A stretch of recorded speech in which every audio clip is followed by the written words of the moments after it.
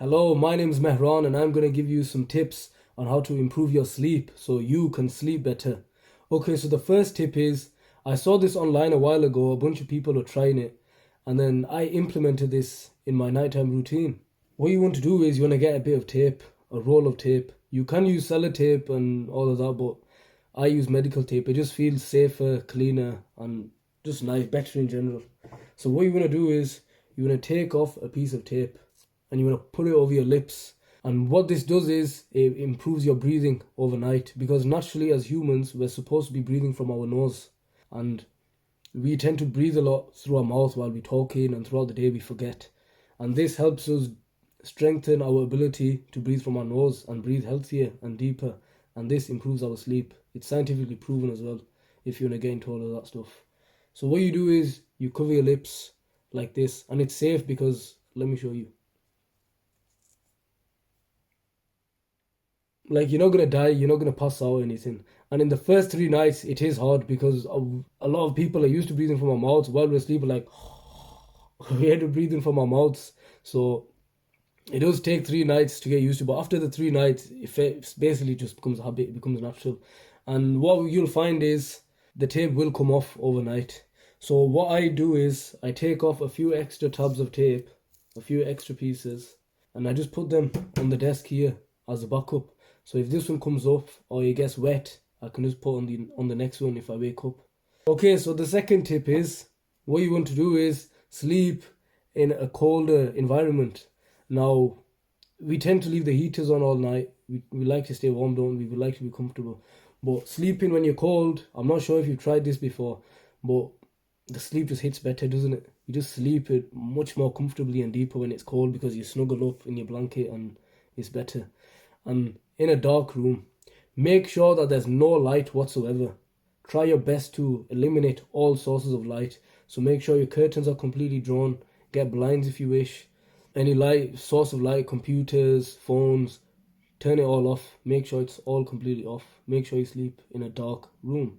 The third way on how to improve your sleep is put your mobile device on airplane mode, because we all on our phones before we sleep and we don't turn it off, and then we get distracted in our sleep. The phone buzzes, we forget to turn notifications off. Notifications are going off, beep boop all night long. Instagram, Snapchat, TikTok, you name it. We're getting bombarded with notifications, and this does disrupt our sleep. Sometimes you even get unwanted calls. Your ex might call you trying to get back, but we're not interested there, are we? So turn off your phone. Eliminate all distractions. Prioritize your sleep. Don't give away your attention like that. What I do is I turn my phone off on airplane mode and I put it on charge if it needs charging, and I just leave it on the desk here, and then that way I'm not distracted at night.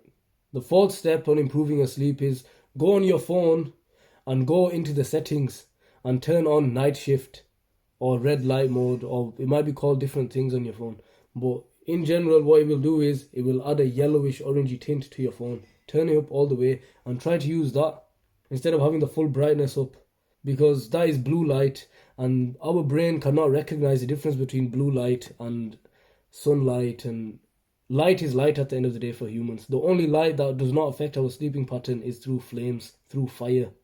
This is the way the human body is designed, and this is the way we are. So any form of light your brain recognizes as daylight, and this can mess up your sleeping clock, and this ruins your ability to sleep properly. The fifth tip to improve your sleep is start meditating throughout the day to handle stresses in life, no matter what they may be. Maybe work is stressing you out, could be relationship, could be money related, anything. We all go through different stresses in life, and meditation personally has helped me loads. Every day now I meditate at least 5 minutes. Now in the beginning meditation is hard. You might be able to only do 10 seconds, 1 minute, 2 minutes. Everyone's different. But what you want to be doing is set it as a challenge. Every day just try to do 1 second more, a few seconds more. Set a timer on your phone and meditate. And if you're not sure how to meditate, let me explain it to you really simply. When you meditate, you want to be in a place with no distractions, zero distractions. So try to be alone in your room or go somewhere on a walk and somewhere where there'll be nothing to bother you. Turn your phone off on airplane mode, of course. Zero distractions.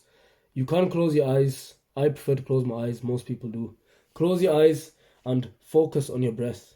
There's different types of meditation where you can focus on an object instead. But the most easiest one is your breath, because you can take that with you anywhere. So what you do is you close your eyes and you focus on your breath. Oh, my nose is fucking blocked. So what you do is you close your eyes and you focus on your breath. And as you do that, your brain will think of thoughts. You will catch your mind drifting. You'll start thinking of something, maybe something you're looking forward to, maybe something from the past, maybe what you're going to eat later on. Anything, any thought your brain will think of. And then what you want to do is recognize that your brain has diverted its attention from the breath and onto that thought. That is the second step. Your brain diverts. The third step is you recognize it. The fourth step is you bring it back to the breath. So you ignore whatever the thought is, you let that go. And you say to your brain, no, we're focusing on the breath. And then back to the breath. That is in turn how meditation is done. And each time your thought diverts, and each time you bring it back to the breath, is one repetition. Do you know, like in the gym we do reps? That is one repetition. And you want to be able to do that as many times as you can. The longer you do it, the more you do it, the stronger your ability will be, and the better you will be at being mindful and handling stress.